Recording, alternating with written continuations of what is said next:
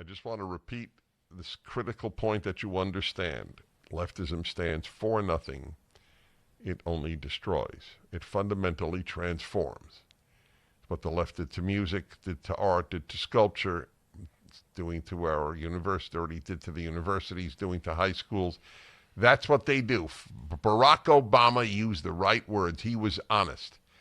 But as I said in 2008, when I played it for you, the scary part was the massive cheer of middle-class Americans, mostly white. That was it. That was the symbol of the decline to come of the United States of America. That thousands of people with lives that the world would envy, in a country the world wished to move to, cheered when a leftist destroyer said, we will fundamentally transform the United States of America. That's what got me, the cheers.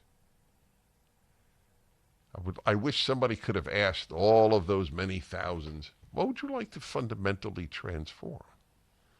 What about America so rotten, you spoiled, narcissistic brat fool?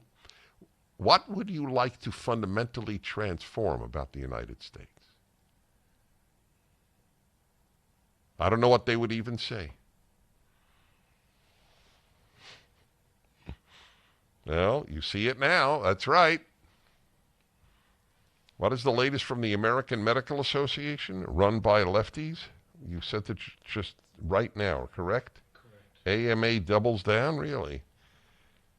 American Medical Association pledges to work with activists to push youth sex changes, from the Daily Caller.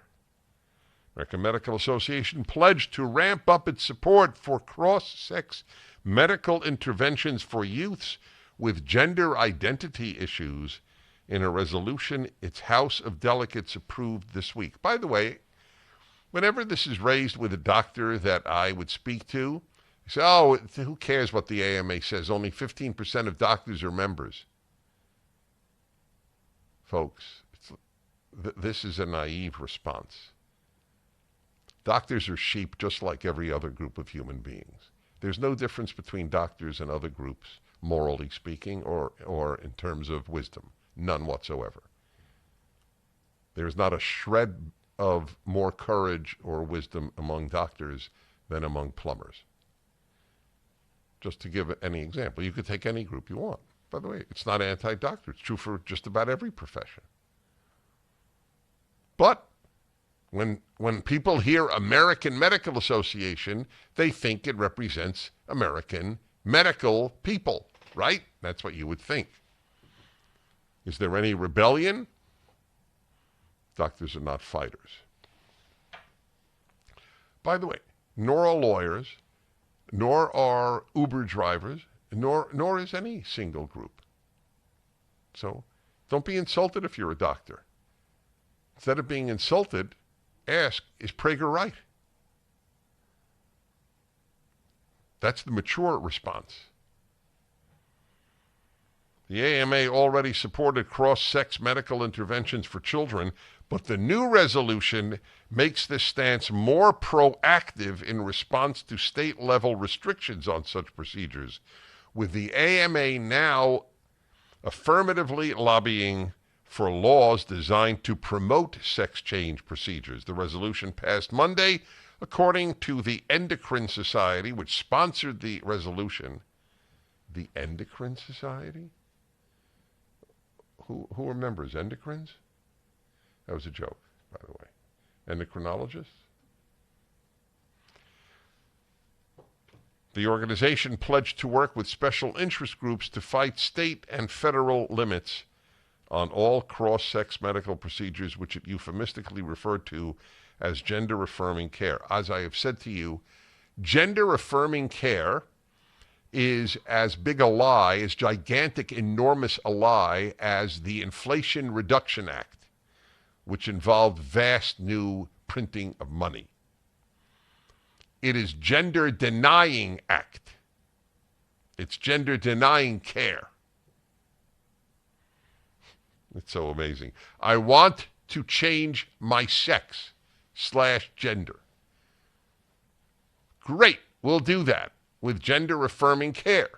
There is no gender-affirming care in the United States. You probably lose your medical license or your license to practice psychotherapy.